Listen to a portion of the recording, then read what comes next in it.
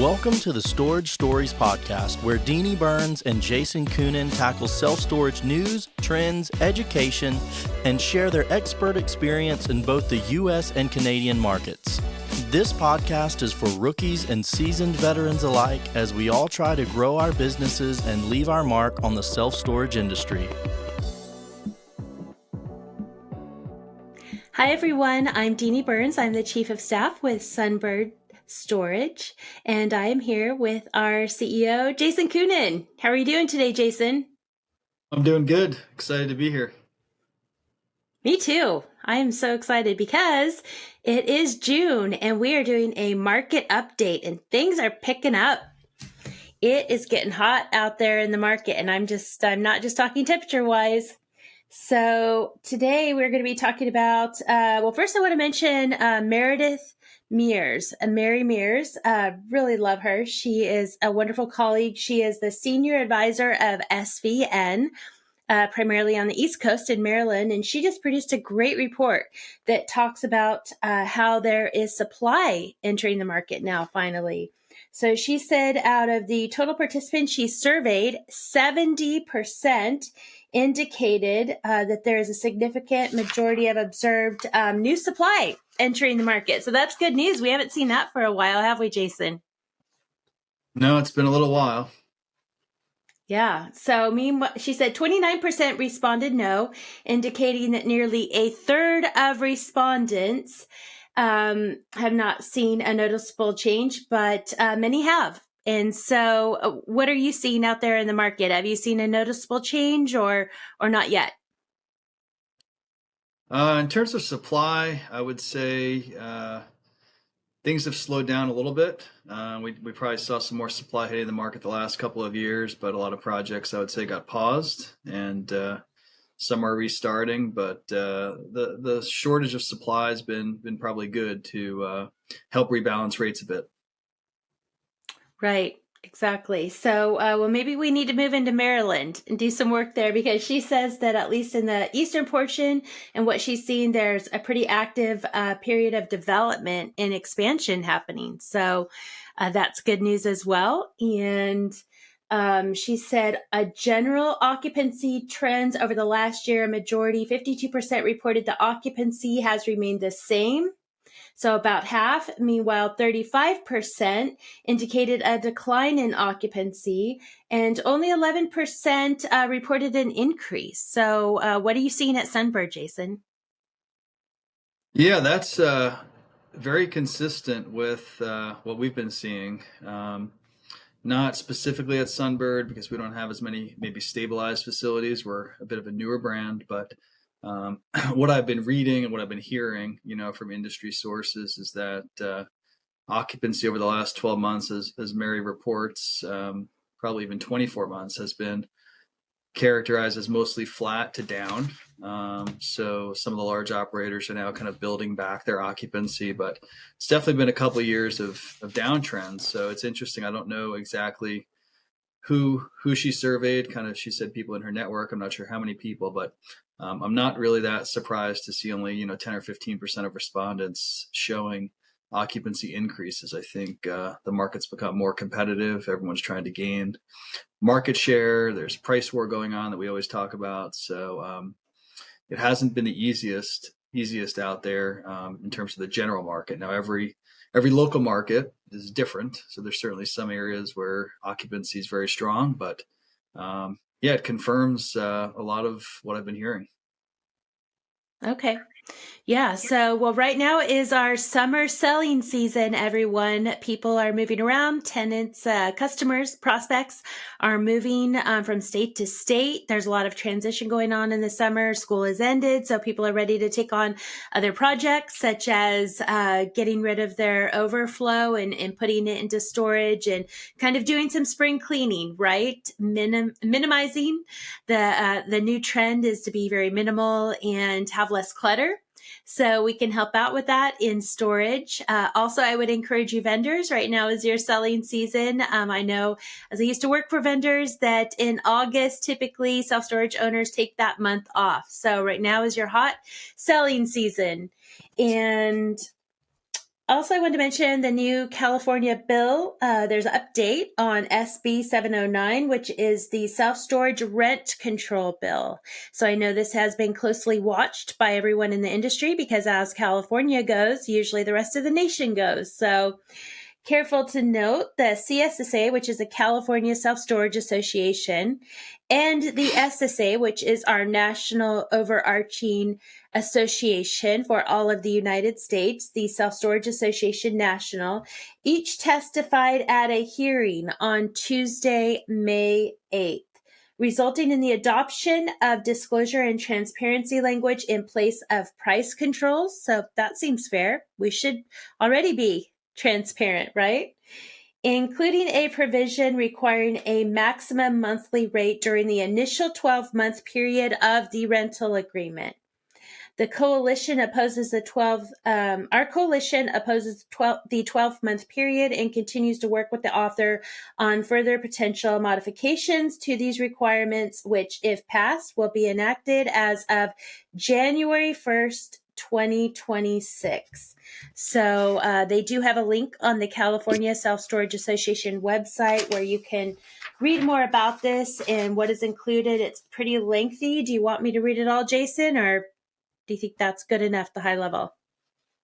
Yeah, I think the high level is kind of good enough. I think we could talk about a few aspects of the bill that you mentioned. There's the initial proposal had some price controls with maximum rent increases in the first year being related to the consumer price index plus 5%. So you could actually end up with, frankly, negative prices, in which case you wouldn't be able to increase rates at all. So, or a maximum of 10%, I think is how they structure it. So you could be in a situation where they're limiting your rent increases to, let's call it 0 to 10% or even 5 to 10%. This is a tremendous departure from what's characterized the market over the last 2 years, because as a result of waning demand and an urge by large operators to get more occupancy, they started doing, some teaser rates, with the whole aggressive ECRIs that we always talk about. And a lot of times the rent increase, not even in just the first year, but sometimes within 3 months, the rent increase, was, let's just say, 100 or 200%. So if you've got to be limited to, a 5 to 10% increase in a year, let alone 3 months, it may change your pricing tactics. As well it should. Yeah, I think some of the good things to come out of the legislation, because we had been sort of warning about the fact that if an industry can't self-regulate, it's gonna attract the eye of legislators, and you don't want to be in a heavily regulated industry, but you also have to have some amount of disclosure and transparency. So I think there are some requirements to disclose to the customers the maximum that their price could go to within 12 months. And I think that's still being hashed out, but that looks like a direction it might go. So no direct rate caps, but more on the disclosure side, which I think is good for the consumer to understand kind of what type of contract they're getting themselves into. Although I don't favor the rate caps. I think it's definitely changing behavior that we're seeing in some of our markets. I agree. In terms of the operators. And, right. And it makes me proud of what we're doing at Sunbird, because at Sunbird, we do a promotion, but we make sure that the tenant is fully aware of what their price is going to be once that promotion is done and completed. And then from date of move-in, they get their price locked in for 365 days. So they don't get a price increase in that first year. And that makes me very proud. It also allows tenants and customers to be able to budget and know exactly what they're going to be charged for, because it's time consuming and expensive to move things into a unit and then to right away start getting these huge price hikes. It doesn't feel right. So I'm really proud of Sunbird for not going that path and for playing a different playbook. So anyways, yeah, I hope more follow. I think it's really changed the landscape a bit. Now, this may not be happening in every market. I could speak mostly about the North Carolina markets because that's where I follow the prices very closely. We've always been transparent with our customers, saying that you're getting a promotion. You might get 50% off your rate for a month, 2 months, 3 months, something like that. But that you're getting $100 unit, you're getting it for $50 for 2 months, and then it's going back to $100. It's not something where you show a customer, well, here's an in-store rate of $100, and then here's the web rate, which is $30, and it looks like, wow, I'm getting this $30 rate by just booking online. Then there's nowhere that it actually tells you that it may be a web rate, but it's only good for a month, and then after that, the operator is going to do whatever they want to get you back to that kind of in-store rate, $100. So there's a couple of operators that I've noticed some pretty significant changes within our markets, and specifically in Winston-Salem and Greensboro, North Carolina. I've seen, one of the more aggressive players when it came to, teaser rates and aggressive ECRIs being Extra Space. I've seen the price on, most of their units. Doesn't matter which size you look at. You can look at a 10 by 10. We used to see the rates sometimes, web rates below $100, and now we're seeing, closer to $250.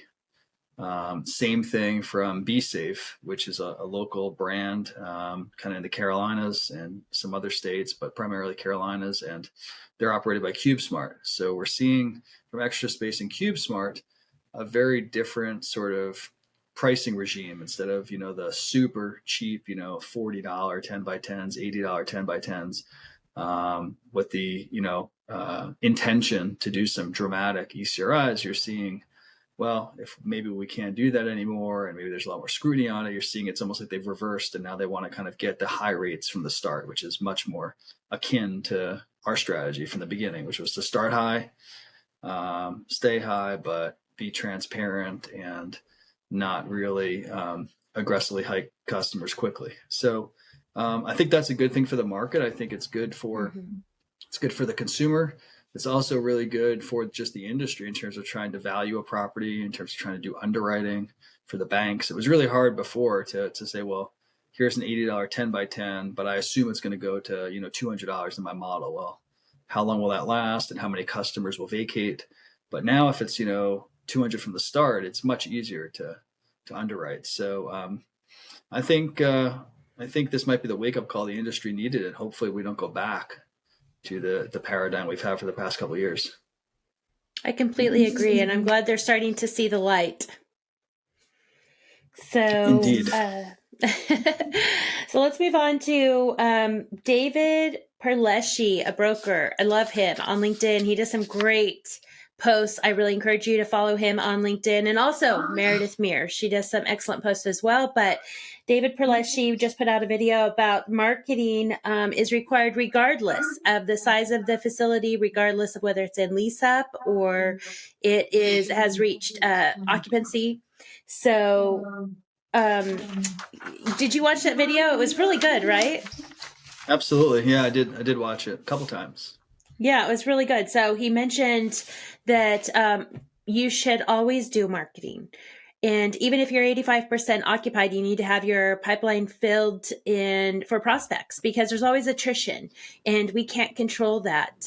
People move across country, or maybe it was their parents' items and their parents have passed away, and now they want to remove the items from the self-storage space and put it in their own home, or dispose of it otherwise, or for a plethora of other reasons. So we can't control always attrition. So it's good to have that pipeline filled with marketing. And a great way to do that is to build your SEO, so that SEO is like building blocks. And we use Storagely. They're a great digital marketing firm, and they also do a fantastic job with SEO. And we've seen it we've experienced huge gains from that at Sunbird. And Jason, I was wondering if you could touch on, or maybe you want to touch on it later, what you saw with SEO as it pertains to Greensboro, because I was really impressed with that as a case study for the benefits of using SEO. So would you like to touch on that now, or when we go into to the market update in North Yeah, Carolina? I could touch on it. I mean, I agree with what you mentioned around SEO, as well as what David's post was touching on for the importance of marketing.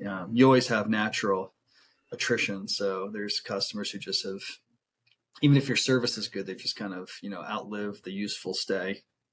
They're between homes or going back to college.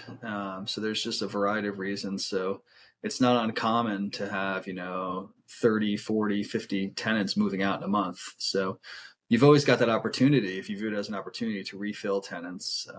And if you can really drive demand, you can charge higher prices. So you can have people moving out at one price and moving in at a new price. So it's very important to have that pipeline full, as you mentioned. And with respect to SEO, because we feel like it's a very good investment in terms of the effectiveness for our marketing budgets. Self-storage marketing is expensive. We just have found very good results through kind of consistent SEO practices, creating content, having a really good website that helps you convert more of your traffic, all those things, versus paying the money to, things like, Google ads. So we'd rather use the money in-house and make the investment than kind of send it to Google and then not invest in the website, not invest in SEO. So it's a critical part of our operations. And I think a lot of operators don't appreciate the importance of marketing. Certainly maybe people that are newer to storage, but I would say that, that's one of the most important things after you get through your site selection, is definitely having a marketing strategy. Yes, agreed. I've always said marketing is like pouring fuel on the fire. So you already have the flame going, the sales, but with marketing, it's just like pouring some kerosene on it, right? But there's different marketing strategies for different areas, different markets, different demographics. So it is important to have somebody, especially nowadays, it's so technical. And so it's especially important to have a marketing person who's really schooled and educated in that regard. So, hey, Jason, would you like to give us a market update on what is going on in North Carolina right now? Sure, I'd love to. I want to add one other thing though, with respect to the marketing. I think we do spend a lot of time on the digital marketing, but I know you've been quite active, with our local teams, just trying to build out some community marketing as well, some kind of on the ground, partnerships and awareness and sponsorship. So I think every market, every site has its own, kind of marketing challenges, and things work well sometimes and not others, and certain tactics work well in other areas. So you got to just continue to tinker. But yeah, marketing is just an ongoing challenge, but also an opportunity. So I would say putting in the time and the money, it's going to be one of your best investments. So turning the page to the market update. This is something that we haven't done in as much detail in the past, because our Sunbird brand is one of our newer brands. It's a couple of years old, but now that it's starting to get more and more locations, we're able to assess the competition as well as the performance in different markets. So we are principally in North Carolina right now, and we're seeing some great growth. I mean, this is the entire Southeast is really known for kind of the demographic changes, the population growth, and significant demand for storage. So it's a very attractive part of the country. And we have a few locations that are up and running. We've got other locations that are opening very soon. We'll open a location this week. We'll open another location in a couple months. So things are happening much more quickly now than they did 2 years ago, both, because our brand is gaining some awareness, and then also because I think the general backdrop, within real estate is getting better. Investors are looking to put money to work. So, we could start in Winston-Salem. So that's our original site that we opened in 2023. And we were really waiting for, May to arrive, because the fourth quarter and especially the first quarter tend to be very, very slow. April, you never really know what you're going to get. It tends to be still a bit slow, but May really surprised me to the upside. We rented a record number of units. I would say generally May can be the highest rental month for most locations that I've seen across North America. But even that, we had our best month of the year last year in May, and then this year it was our best month ever, and it was 40% above last year. So that was incredible. And what was really, I guess, interesting, but maybe not surprising, would be, our Greensboro site, which has been open for almost a year. They also had a record month in May. So these are just, fantastic results. And sometimes you go through the first 3 or 4 months of the year and it's pretty slow, and you wonder if the rentals will ever come. I've kind of heard the same concerns from other operators. And then, May just arrives, and there's so many different purposes for why people are renting units in May. Like you said, some people are getting the home ready, to sell and staging. People are moving, and then there's lots of students putting their stuff away in storage. So we had a really good mix, as well as some commercial tenants, a really good mix of rental purposes and sizes, which was great. So it wasn't just all students. And May really exceeded expectations. We also had a fairly new facility that opened for us in mid-April. May was its first month in Charlotte. Charlotte's a great storage market. And that facility, for its first full month in May, did fantastic. So we're seeing really good signs right now, I would say, across Winston-Salem, Greensboro, and Charlotte. And we're really excited to see what rental season has in store. That's great. So you mentioned that there's a store opening this week. Would you like to elaborate on that? I would. Yeah, we have a site that is, I would say, a little over 10 minutes away or so, 15 minutes from Winston-Salem. It's in Clemens, North Carolina. It's a brand new 4-story climate controlled Class A. It's sitting at a very busy intersection in Clemens with a lot of retail nearby. So it's very well located. To name a few of the retailers, it's next to a Walmart. You've got a Starbucks, multiple pharmacies, bank branches. So it's kind of a hub of retail activity. Sometimes the traffic can get a little busy over there, which just tells you how many people are coming to that intersection. But this site is getting ready to open, I think, this week. We'll probably start doing our first rentals this weekend. So it's been a great project. The building looks fantastic, and it's a really good facility to help the people of Clemens, with their storage needs. So we're excited to get this thing open. Yes, exactly. I've been there since the inception. It's gorgeous. And at night, the yellow doors are going to pop. And it's been fun to work in conjunction with Williams Development. So Taylor Williams and Dixon, two wonderful colleagues, self-storage colleagues, wonderful people. And they were actually featured in the Modern Storage Media magazine at the beginning of the year as well. So it's been really fun to work with them. And I believe we may have some more coming down the pike with them in the future. So excited about that. Really great team over there at Williams Development. Yeah, there are some other projects that we do have on the go, as you alluded to. Some very familiar markets. So, we're working on additional projects in all these markets: Winston-Salem, Greensboro, Charlotte, and then also kind of in the greater Charlotte area in Mooresville up by the lake. We've got another project already under construction, so we've broken ground. So really trying to build out the portfolio in North Carolina, and kind of building that brand awareness, and really getting the operations fine-tuned. So it's been exciting to see the growth, and we've got a lot of momentum right now, which is exciting. Yes, agreed. So, the Carolinas are growing. I have friends moving to the Carolinas, so that's exciting. What about the May market review? Did you want to go over that, or did you feel like you already touched upon that?